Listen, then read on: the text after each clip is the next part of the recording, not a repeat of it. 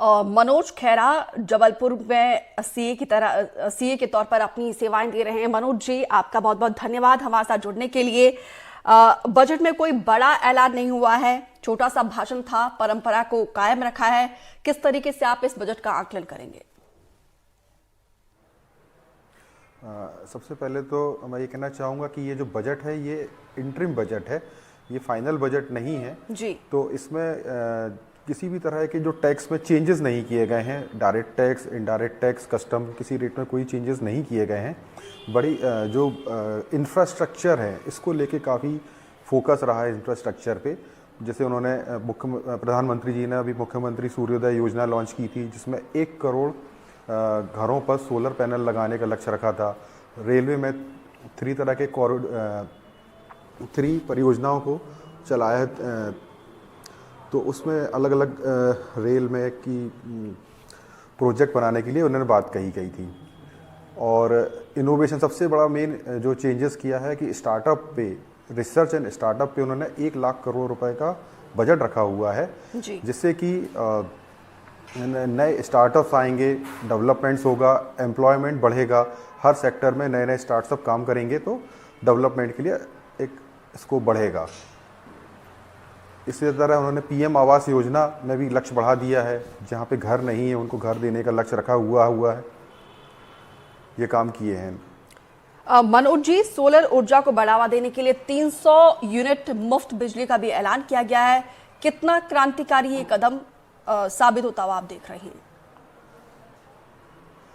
ये कदम बहुत ही क्रांतिकारी है। इससे जो मिडिल क्लास फैमिली है उसमें जो बिजली का जो खर्च है उनका, वो खर्च पे राहत मिलेगी। एक मिडिल क्लास फैमिली को जो बिजली का बिल ज़्यादा आता है उससे राहत मिलेगी। और सोलर पैनल जो लगाने हैं रूफ टॉप पे, 1 करोड़ घर का जो लक्ष्य रखा हुआ है, उससे सोलर पैनल की लाइन में भी नए नए इंफ्रास्ट्रक्चर बढ़ेगा, एम्प्लॉयमेंट बढ़ेगा। ये काफ़ी बड़ा लक्ष्य मोदी जी के द्वारा रखा गया है।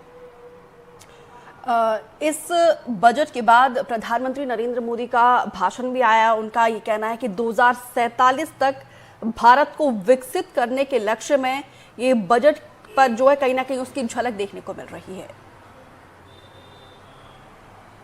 जी हाँ, अभी जो हमारा देश है ये विकासशील देश कहलाता है और मोदी जी ने 2047 तक इसको विकसित देश बनाना है।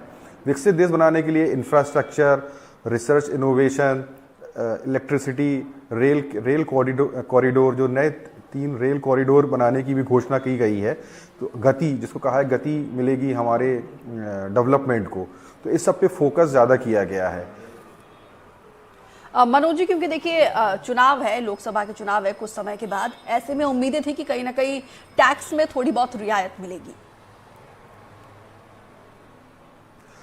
हाँ, इस साल का जो बजट है इसमें टैक्स में कोई भी प्रकार का चेंजेस नहीं किया गया है, चाहे वो डायरेक्ट टैक्स हो, इनडायरेक्ट टैक्स, जीएसटी हो या कस्टम हो।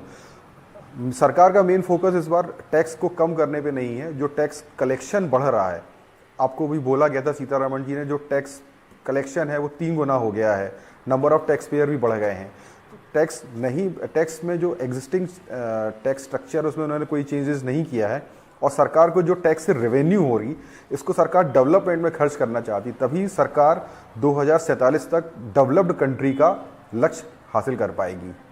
इसी पे फोकस ज्यादा किया गया है। जी, एक और आखिरी सवाल, क्योंकि प्रधानमंत्री कहते हैं कि 4 जाति है, युवा, गरीब, महिला और किसानों के लिए, तो चारों के इर्द गिर्द कहीं ना कहीं ये बजट देखने को मिला है।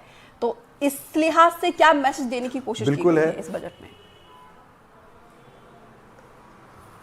सरकार ने इस बार बजट में बोला है जैसे गरीब कल्याण, देश का कल्याण, प्रधानमंत्री आवास योजना, किसान समृद्धि में जो उन्होंने हर महीने एक पेंशन के रूप में देने को बोला है, इससे सभी को दिया है। और नारी सशक्तिकरण, और जिसमें मुद्रा योजना के अंतर्गत उन्होंने काफ़ी लोन भी दिए हैं काफ़ी महिलाओं को जो अपना खुद का व्यापार शुरू कर पा रही हैं। और जो 3 लाख लखपति दीदी हैं, जिसमें स्व सहायता समूह के अंतर्गत उनको लोन देने की बात कही गई है, जिससे कि ज़्यादा से ज़्यादा लोग इससे बेनिफिट हो सकें। चुनावी साल है तो स्वाभाविक सी बात है कि सभी वर्ग को उन्होंने फोकस किया है इस बजट में। जी मनोज जी, बहुत बहुत धन्यवाद हमारे साथ जुड़ने के लिए। और इस बजट पर अपना आकलन रखने के लिए आपका बहुत बहुत शुक्रिया।